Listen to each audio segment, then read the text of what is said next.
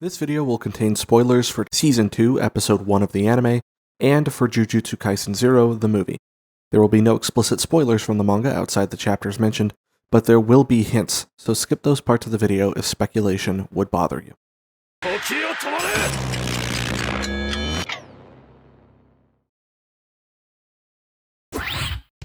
So, the new season of Jujutsu Kaisen has just started, and in this series, I'm going to be analyzing the story of the series as it airs, and, as a manga reader, comparing the anime to the manga to see what they adapted directly, what they modified or expanded, and what they just straight up removed. Alright, so I had this whole script about how I thought the episode was going to go based on the manga, which I kind of had an idea it might not exactly work the way I thought it would. Anime studios obviously have a tendency to insert things and change stuff and expand when they can, and especially with Jujutsu Kaisen, they expand a lot when it comes to adapting the manga into the anime. So, I just got my hands on the first episode and kind of just scrubbed through it. It's a kind of a low quality leak, so I'm not going to sit here and go through and watch the whole thing right now.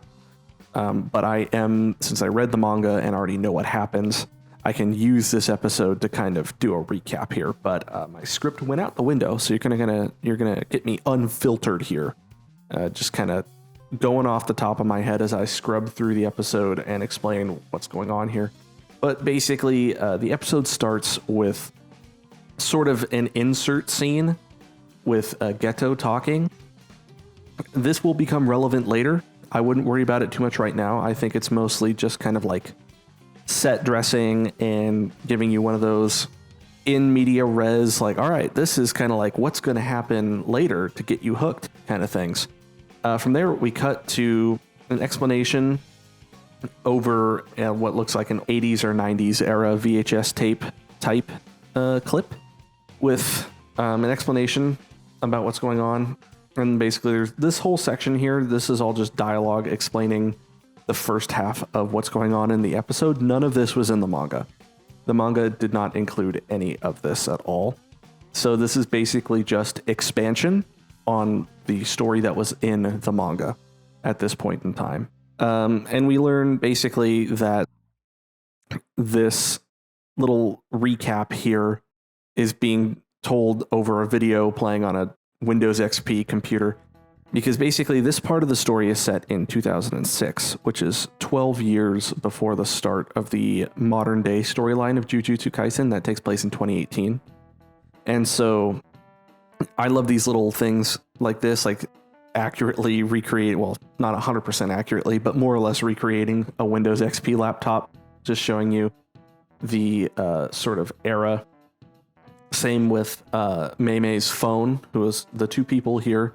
We have a driver who we've never seen before, and then Mei and Utahime. And like I said, this is 12 years prior to the start of the mainline story of the series, so obviously they're younger here.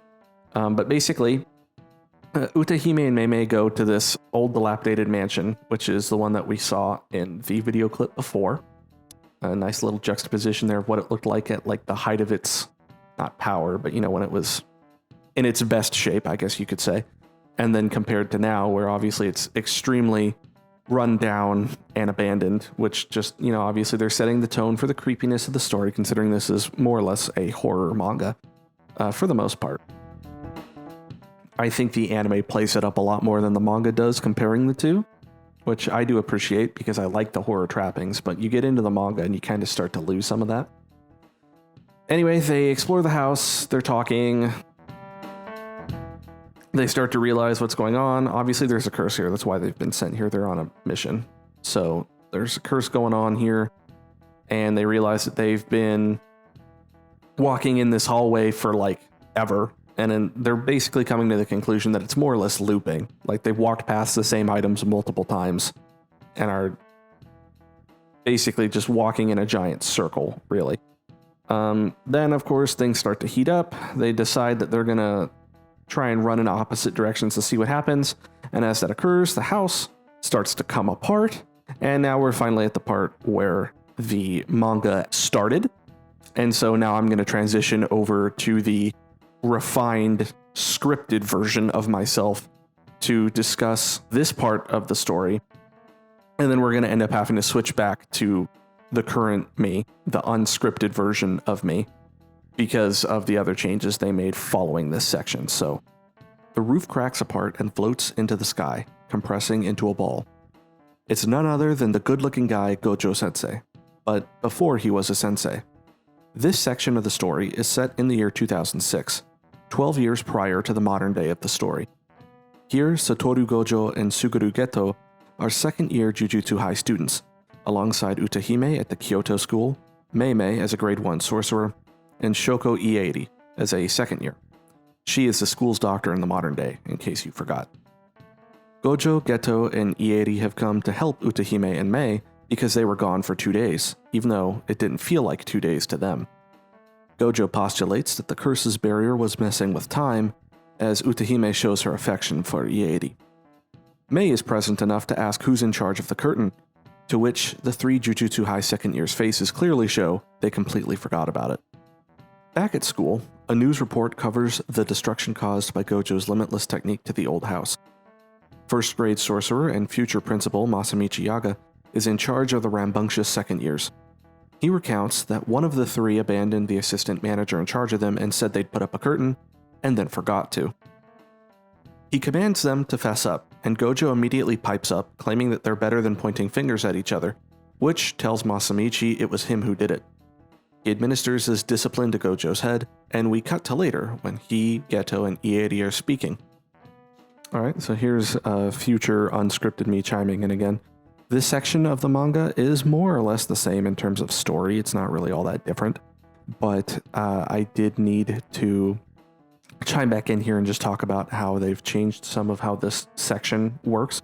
In the manga, this entire conversation that Geto and Gojo have, and then the following part with Masamichi explaining the mission to them, all takes place in a classroom and just happens in that one spot.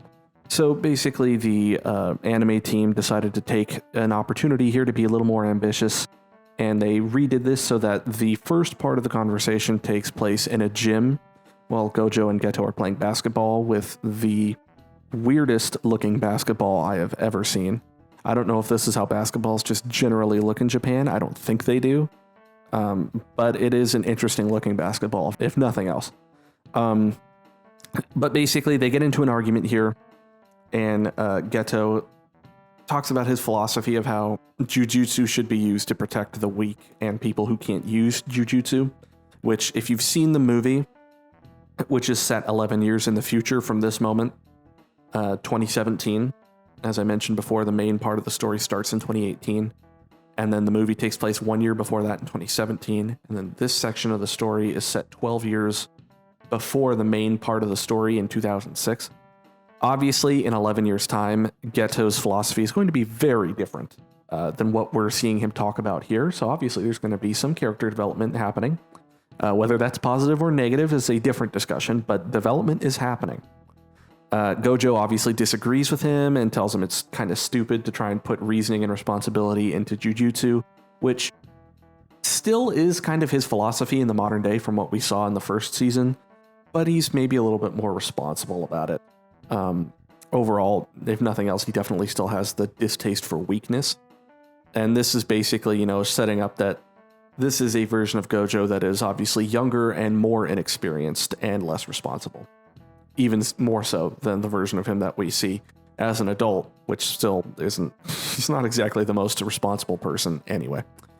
But then Masamichi shows up. Ieri runs away while Gojo and Geto are gearing up to fight over this disagreement. And then Masamichi shows up and they immediately just go back to stretching and looking like they're just being normal. Like, oh no, we weren't about to try and go outside and fight. What's going on, teacher?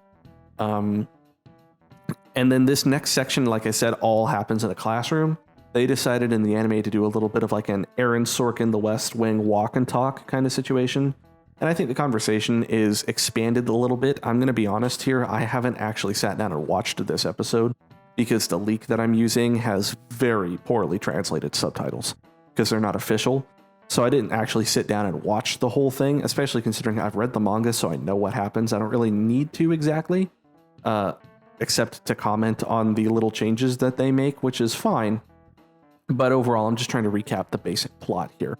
So I'm going to transition over to the scripted version of myself again for this classroom part of the story, because it's kind of a complex topic they're talking about, and the scripted version I think will do a better job explaining it. So I'm sure I will be back afterwards, but here's scripted me again. Masamichi explains that the mission he's about to send them on will require both of them, which, given the disagreement they just had, neither is particularly excited about. Masamichi continues, explaining that the mission is coming directly from Tengen-sama, which you'll remember from Season 1 is the person who maintains the barrier around Jujutsu High.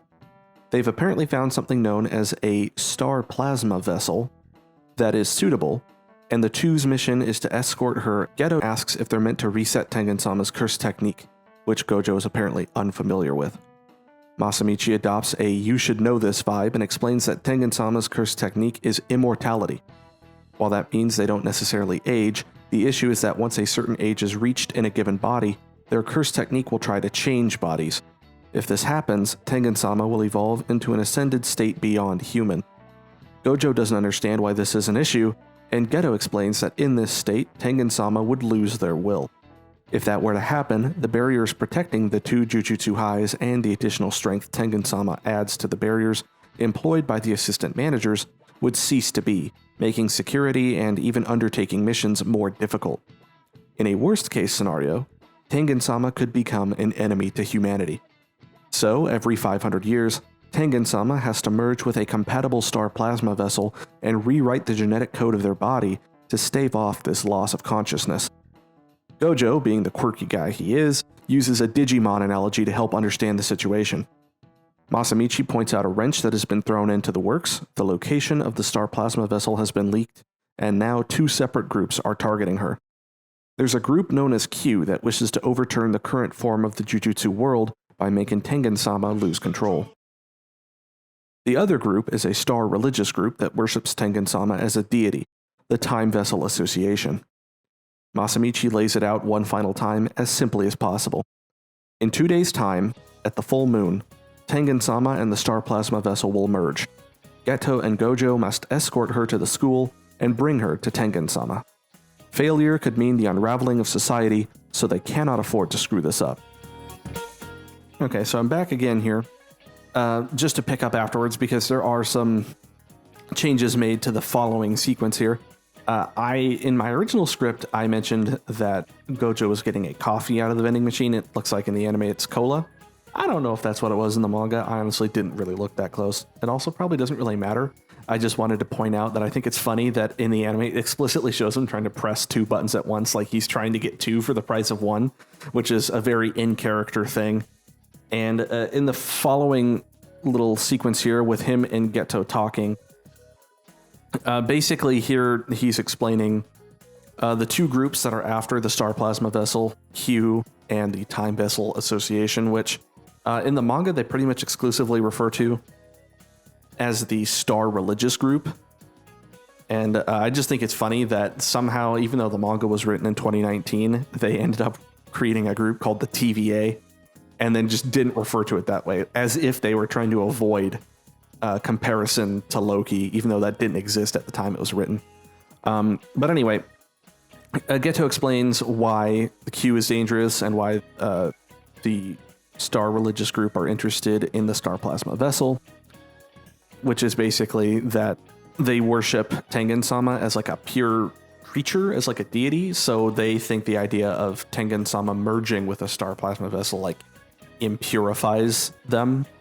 So, but Geto is basically telling him, we just really need to be focused on Q, because Q is a Jujutsu, like a curse user group. So they actually, have Jujutsu powers and are going to try and use them to kill her. Also funny that a somewhat undercover group of people who are trying to undermine the established order of a particular society are named Q. Kind of a strange coincidence. Also, again, I mean, that one, you could actually try and make an argument that there was some inspiration perhaps, but I doubt it. Just because most people in Japan, I don't think, know anything about the politics in America, let alone something that in-depth. Anyway, the main change here is that the entire conversation they're having occurs on ground level near the vending machine. Whereas in the show, they decide to separate it out a bit to where Geto is going inside of the building and riding in an elevator, and they're having the conversation over the phone. And then Geto and Gojo basically have their conversation where Geto is like, hey, you should probably like learn how to speak in more polite terms around the right people, since we might be meeting Tengen-sama, and you might want to do it in that case. But even if not, like, you might want to do it just so that, you know, your juniors won't be so intimidated by you. Anyway, Geto gets up to, I assume, the room where they're supposed to meet this girl, and then there's an explosion. And basically, he dives out the window to go help her because she goes flying out the window, and he saves her with a flying curse. He realizes who she is, and he kind of just teases the Q guy who tried to kill her. Somebody from the Q group also attacks Gojo, who uses his infinity technique to stop a bunch of knives, which they expanded a little bit from the way it looked in the manga. It's much cooler, I think, in this way. He teases the guy, and he's like, hey, I already got in trouble this morning, so like, if you want to just cry and give up and ask for forgiveness, I'll let you live. And obviously the guy doesn't like that. And then at the end of the episode, we cut away, and this section is exactly the same as the manga, so I'll switch back to the scripted version for that. Meanwhile, high up inside a building overlooking the situation, two mysterious men are discussing it. The professional-looking one in a suit speaks first, explaining that while the Time Vessel Association doesn't have much in the way of direct fighters, they do have a lot of money. He asks if the more relaxed-dressed man, who he refers to as a Zenin, is interested in undertaking an assassination of the Star Plasma Vessel. The scarred man corrects him, saying he's not a Zenin anymore since he took his wife's name. He's a Fushiguro now, and he accepts the offer.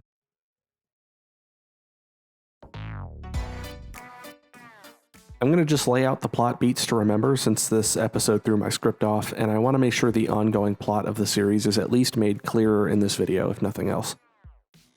Basically, the major points are, we go back to 2006, we see Gojo, Geto, and the others as second years at Jujutsu High, or at least younger versions of themselves. We established that Geto has a philosophy about using Jujutsu to protect the weak, and Gojo disagrees with him, espousing a counter-philosophy similar to his modern-day one, albeit less developed and more irresponsible. They are told they have a mission to save the Star Plasma Vessel, an essential aspect of Tengen-sama's regeneration so they can keep their consciousness and continue to aid the Jujutsu establishment. The two will be competing with two groups, Q and the Star Religious Group, in order to try and keep her safe and deliver her to the school. They go to pick her up at a hotel she's staying at, and she's attacked by Q. Gojo and Geto gear up to fight them, and we see as two shady dudes look on from afar at the developments. One in a suit, who we can assume to be a representative of the Star Religious Group, offers the other a job assassinating the Star Plasma Vessel. The other guy introduces himself as a Fushiguro and accepts the job. So with that out of the way, I want to get into a little bit about speculation regarding how this season's going to go and what its structure is going to be. Now, this arc that we just started that we're seeing, they're referring to it as the Hidden Inventory arc, and it is admittedly not super long. The following arc, however, is really long, so this season is probably going to be a little lopsided. Using the math that one episode is typically composed of 3 to 4 manga chapters, this first arc is 14 chapters long, so it will probably last about 4 episodes, maybe 5 if they expand things like they did here in this first episode. The following arc, however, is a whopping 57 chapters in length. So I imagine it's going to run for the rest of the season following whenever this one ends. I imagine they wouldn't want to start the next arc just to end the season, so they'll probably finagle things to make sure the next arc takes up exactly the rest of the season. Now, this season hasn't been confirmed to have an exact amount of episodes yet. However, the previous season was 24 episodes long. The showrunners have confirmed that the season will run for 6 months, or 2 cours. A cour in an anime is a 12-episode section, which usually lasts for 3 months, and typically corresponds to 1 television season in Japan. Using this info, we can infer that the show will run from the summer season through to the end of the fall season.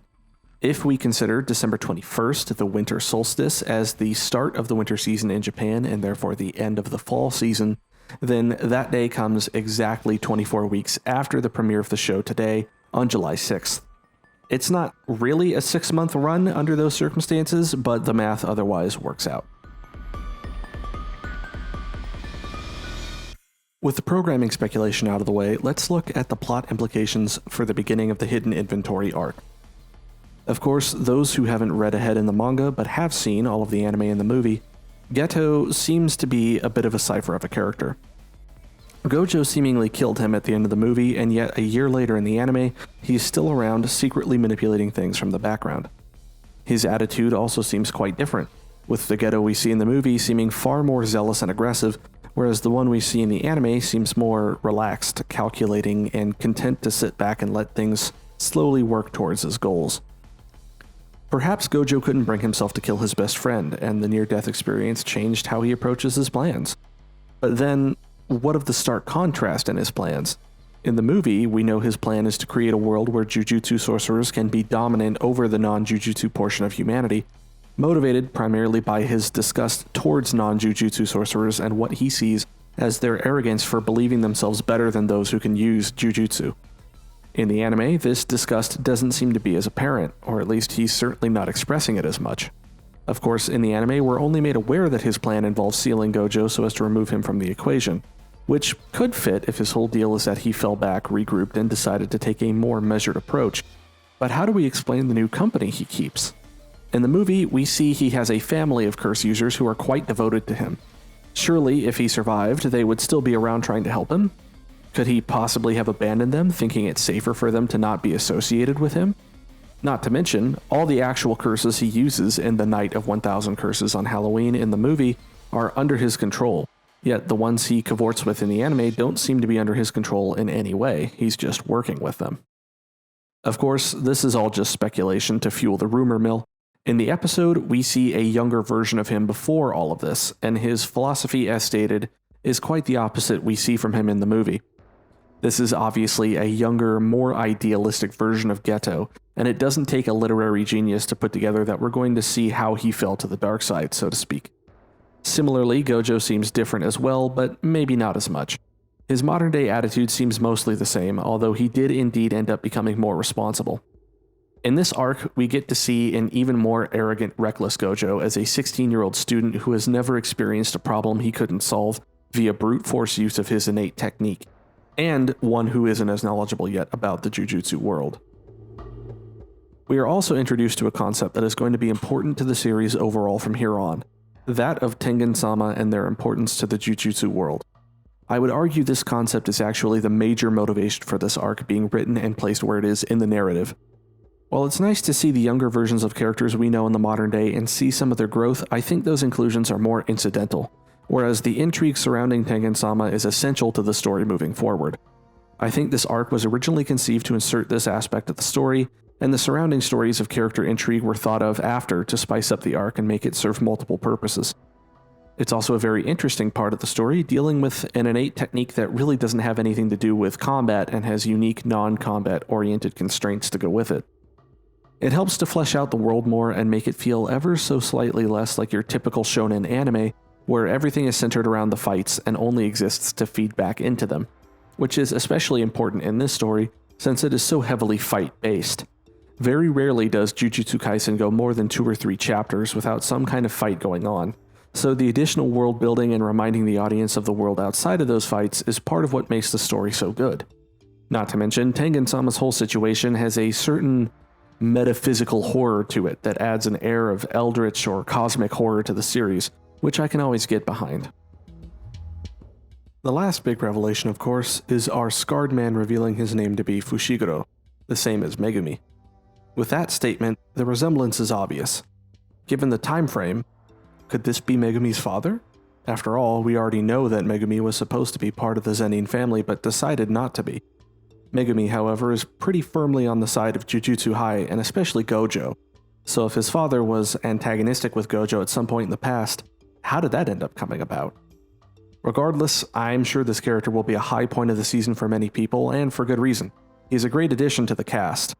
I can't talk about him too much considering he's basically like a walking spoiler at this point in time, but rest assured, I'm sure most people are going to be very happy with him for reasons more than just his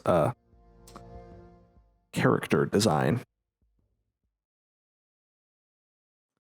The last thing I want to talk about in today's video is the major differences between the episode and the manga. The episode starts very differently from the manga chapter following the one that ended the previous season. As I mentioned during my recap, they start with an insert of a scene we saw a bit of a sneak peek of in the movie. This scene will show up again later on, and is a pivotal moment of this part of the series, so I look forward to finally seeing it animated in its entirety. They expanded the section of the story preceding Gojo's arrival at the house Utahima and Mei were trapped in to offer more backstory to it, and utilized this section to pace things out a bit more and play up the tone and dramatic tension of the sequence. I think it really works for the anime, and I always appreciate when an anime adaptation of a manga takes the time to expand on bits of the story that were underdeveloped, even if the parts they're developing don't really matter to the story in the long run. I do always worry about whether the changes mean that certain things will be outright removed or not, however, especially as someone who's decided to try and make videos for this series going forward. For example, this episode ends up covering chapters 65 and 66, with additional content included to pad out the length of the episode. The end of the first season was chapter 63, so obviously chapter 64 was completely skipped over.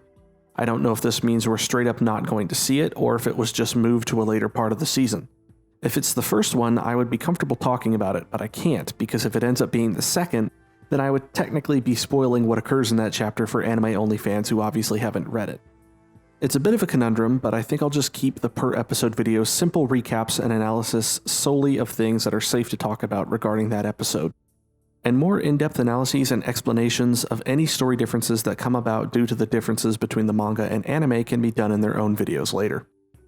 Anyway, I don't think past the halfway point that any of the changes are really all that major, but rather just minor changes that give the animators opportunities to flex their skills and make the scenes more visually dynamic. Speaking of the animation team flexing their skills, there's also inclusions of more establishing and landscape shots than in the manga, which makes sense. Considering the constraints mangaka often work under, there's not much point in wasting time, effort, and page space on establishing shots that only serve to build tone or tension that could be accomplished another way, or that outright just isn't truly necessary in the first place. These work great for audio-visual mediums, however, as they do just that, build tone and tension. Not to mention, it gives the composer time to shine with their soundtrack being able to take center stage on the audio front, with the breaks in dialogue that come with expanded landscape shots and scenes where characters are just moving around and taking in their environment. Not to mention, the ideal anime adaptation is one that not only adapts the manga's story 100% as is, but takes advantage of the transition to an audio-visual medium to enhance the story and make the audience's experience with it even better. The first season of Jujutsu Kaisen is a prime example of one that I would argue outright makes the manga adaptation obsolete, because of how much higher quality it was versus the early chapters of the manga, as Akutami and his team were finding their feet and becoming more skilled. We will have to see as this season goes on if that trend continues. The team at MAPPA that works on this anime seems to be quite passionate, and if they keep pulling off their ambitious storyboarding and production quality, we're on track to receive an anime adaptation of these two arcs of the manga that make it obsolete just like the first season did. Anyway, that's my episode recap and story analysis for the first episode of the new season of Jujutsu Kaisen. Make sure to subscribe and turn on bell notifications if you want to be here as soon as possible each week as I put out new videos for each episode as it airs, and feel free to drop a comment with suggestions as to other videos you might like to see about the series, such as character analysis videos or explanations. Thanks for watching.